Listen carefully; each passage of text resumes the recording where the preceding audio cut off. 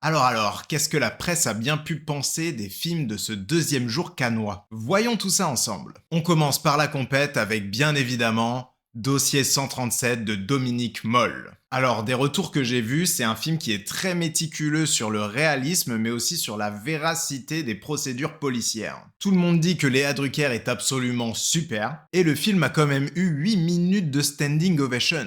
Pour les points plus négatifs, la narration est très générique et un peu didactique. On dit aussi que le film ne va pas forcément assez loin psychologiquement sur les personnages. Moi j'ai trop hâte de me faire un avis, c'est une de mes grosses attentes. On continue avec le film Sirat d'Oliver Lax. Ça raconte l'histoire d'un père qui cherche sa fille aînée qui a disparu dans le désert. En fait, j'ai vu surtout un avis qui ressort, mais pour certaines critiques c'est une qualité et pour d'autres c'est un défaut. C'est le fait que le film soit vraiment singulier. On parle de films politiques et sensoriels, d'expériences visuelles et sonores, d'une immersion particulière dans le désert marocain, mais du coup c'est tellement radical que ça divise beaucoup. Et ben franchement, il me tentait pas plus que ça, mais maintenant je suis très curieux. Concernant le film Dalloway de Yann Gozlan qui était présenté à la séance de minuit, les critiques parlent surtout de la performance de Cécile de France et aussi de la voix mystérieuse de Mylène Farmer qui joue Lia. L'atmosphère oppressante et la paranoïa ont aussi été très remarquées. Par contre, certains regrettent une narration un peu prévisible, des problèmes de rythme et aussi des personnages secondaires pas très bien traités. En tout cas, ça m'intrigue toujours beaucoup.